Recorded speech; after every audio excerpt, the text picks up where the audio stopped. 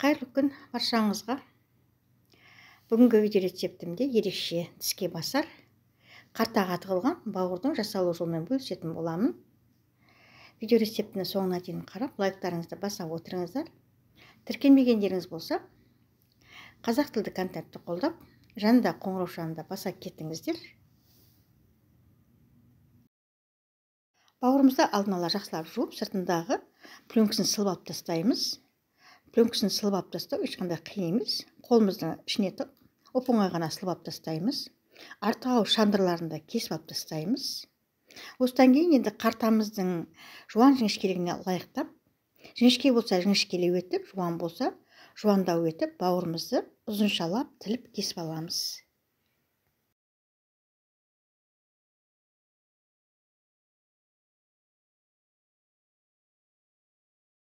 Бауырымызды тығатын қартамызды да алдын ала әуелі сұйық маймен, одан кейін 5-6 мәрте тұзды сумен, одан кейін жылы сумен әбден ескеткенге шейін жақсылап жуып дайындап қойғамын.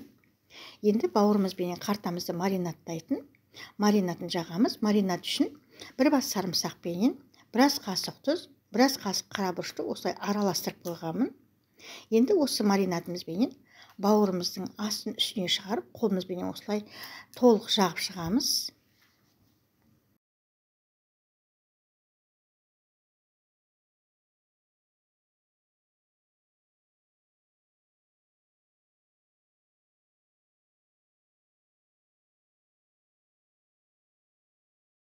Маринадымыздың жартысын енді қартамызға жағамыз.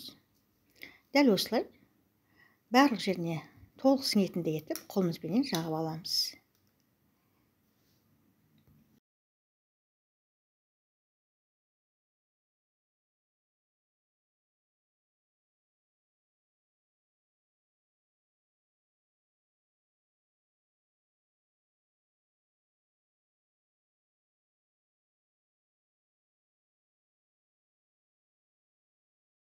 Маринадымызды қартамызға да, бауырымызға да жағып алдық. Енді толық сіңу үшін жарты сағатқа қойып қоямыз.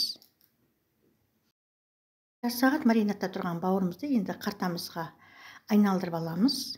Ішіндегі майы бір жағына ығысып кетпейтіндей етіп, қолымыздың ептілігін пайдаланып, қартамызға бауырымызды айналдырып аламыз.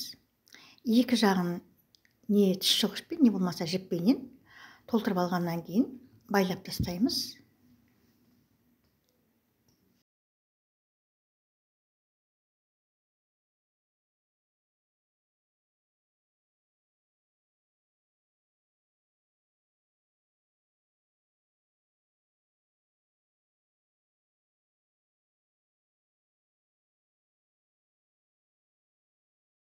Бауырымызды айналдырып алдық.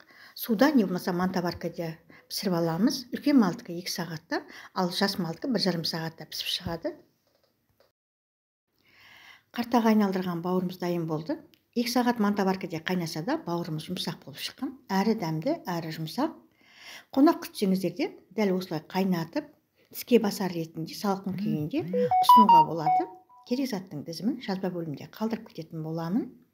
Егер де видео рецепті көңіліңізден шығып, ұнап жатса, комментарий қалдырып, лайктарыңызды баса кетіңіздер. Ал тіркелмегендеріңіз болса, қазақ тілді контентті қолдап, жанындағы қоңырау шанында баса кетіңіз.